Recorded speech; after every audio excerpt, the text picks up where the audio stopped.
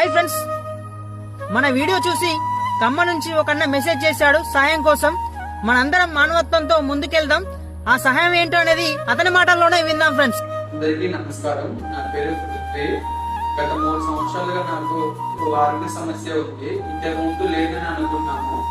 Recent గా hospital చూపిస్తే డాక్టర్లు వెన్నుపూస మీద గడ్డ ఏర్పడిందని అన్నారు. దానివల్ల ఆ గడ్డ వల్ల నరాల వీక్నెస్ వచ్చిందని అన్నారు.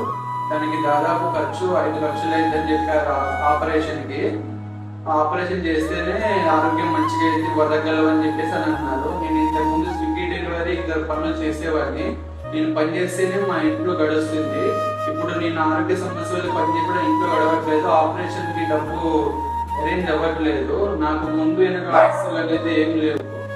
మీరే ఎంతమంది సాయం చేసి ఆపరేషన్ సాయం చేయగలరని అందరినీ కోరుకుంటున్నాను.